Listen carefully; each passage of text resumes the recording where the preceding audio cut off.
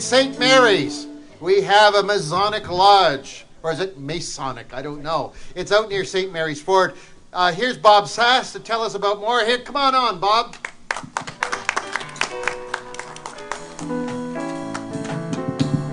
Good evening, John, Rich. Nice to be here. That's a tough act to follow, that Tupperware thing. Now. Okay, who are the Masons? Are they some secret society? No, if we were secret, John, we wouldn't even be here. You wouldn't know about us. Okay. You know, you'd have a blank spot in your show for a while. Okay. But we're maybe a society with secrets, but they're not really secrets. Okay, here we go. Did I do it? That's it. You got it the secret handshake. Yeah. Masons have a secret handshake. Yeah. You know it? I didn't know that. Didn't know that? I didn't. No, they haven't. Your great Uncle Humphrey didn't tell you. He knows my great Uncle Humphrey. He was my mentor, actually, when I was, yes, wow. he really was. Yes, Oh, back when I was okay. accepted. Yeah. This is a picture. Uncle Jack.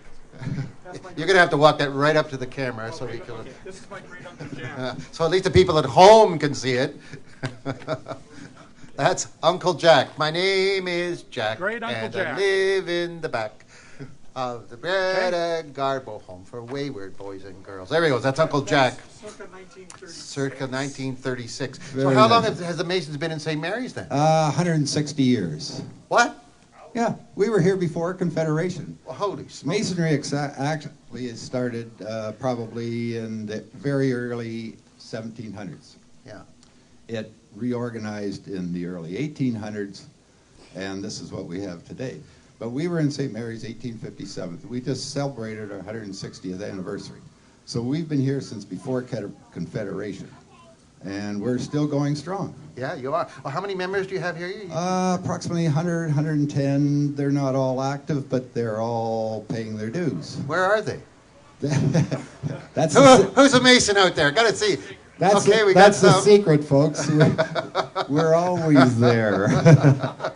But no, they're around. They're here. There've been some pretty important Masons in history. Tell us about some of them. Well, to begin with, we had about a dozen Fathers of Confederation plus Sir John A. Macdonald. They were Masons, so they started this country.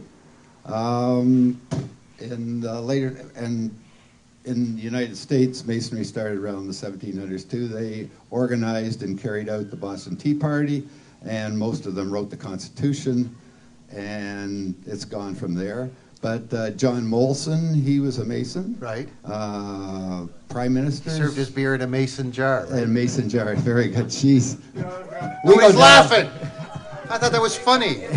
We need a guffaw. That's right. That's where it came from. And John Diefenbach Baker, Harold Ballard, he was a Mason. Right.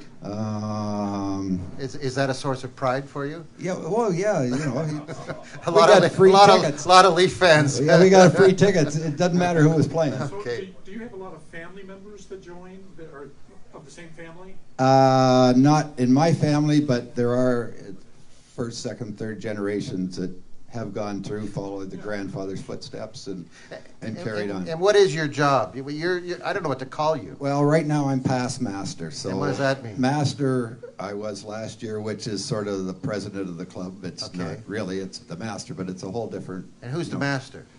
Steve Hearn is the new master Okay. in St. Mary's for this year, and he looks after things, and I'm the past master, so I'm just a helper. And how would you describe your club? Are women allowed? No. We set that up back in 1713, I think. Right. When women weren't allowed anywhere. But, Yeah. you know, that was the sign of the times. And our Constitution has sort of kept that. There are lodges that are women, but they're not under our jurisdiction of the Grand Lodge of Canada, the province of Ontario. Right. But, no, it just hasn't happened. So how do you describe your membership? It's good.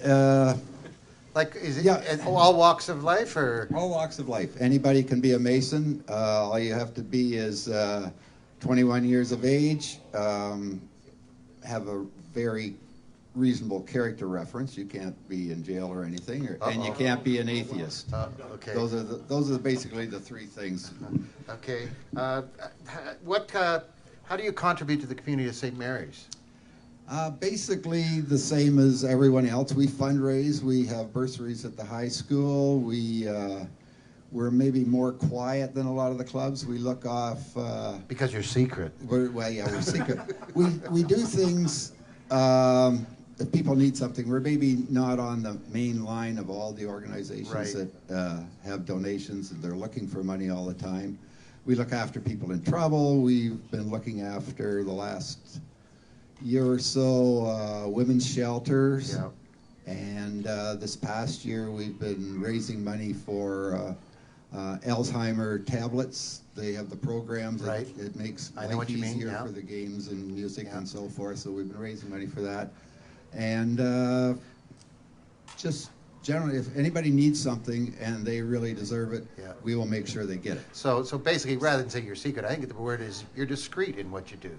Discreet. Yeah, no, I'm saying that in a flattering way. You're not out banging the drum all the time. And we're not actually a club. We're a fraternity.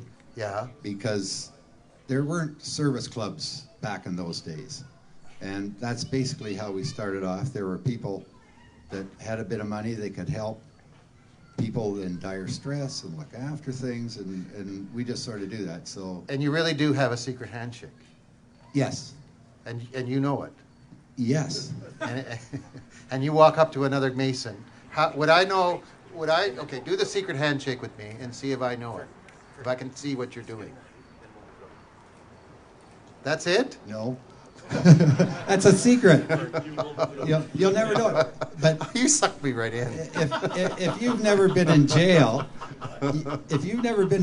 no, I haven't. You can become a Mason. Okay. Unless you're an atheist. Okay. No, I'm not. But anyway, what is the commitment to join? You told us all the things. Why did you join? I joined of curiosity. I was like you. I heard about them. I've seen them do things, and I wanted to find out about them. You just want to drive those little cars around. No, that's a whole different deal. Oh, that's a whole different game. Shrine. Sorry about that. That's the Shriners. That's another branch. Yes. But they are part of the history of Masons. Yeah. And they look after the Shrine's Children's Hospitals, as you know. And we support that, and that's millions of dollars a day, and it's worldwide. This thing's been going on since the beginning of time. So I want to become a Mason, okay? There's a lot of people out there say, hey, I'd like to look into these Masons to see if I can become a Mason. How do I do it? Or just learn the secret handshake. Secret handshake, too, yeah. You ask a Mason, but you have to be sincere. No, I don't know. Could you be sincere, John? I've watched your shows before. that is a stretch. Yeah, that is a bit of a stretch. No, but seriously, it's an organization that has a lot of history. There's a lot of history about it. All the funny uniforms that you see aren't really funny. Everything has a reason. Yeah. Your aprons, your pins, your medals, and it has a reason. And we wrote our Constitution for Masonry today in 1815. Now, our Constitution has kept a worldwide organization for over 200 years. And look at the problems we're having with some of the constitutions now. In Canada, they have fights over it all the time. In the United States, our Constitution, but then Masons wrote it, so it was a good idea then. But, things have changed, so it must work well, the society, and it is a good society. Yeah, it is. And I know originally it was formed because people who got hurt on the job, they got together so that the family wouldn't suffer. That's correct. We're based on Masons from the guilds since the beginning of times. Yeah. We looked after one another, made sure they were looked after, and as I said to other people before, we're the ones that are on the plane that put the oxygen mask on first, and then we look after the people beside us. So we're a little bit quiet. We're not out there. We got to look after ourselves worldwide, and that helps us, more people, to look after everybody else. And we do it in a quieter manner. Yeah. Well, we appreciate all you do in St. Mary's and around the world. Thanks for coming to the Front Porch Show, Bob. Is that it? That's it. Holy cow. Because we got a young lady coming on. Thank you.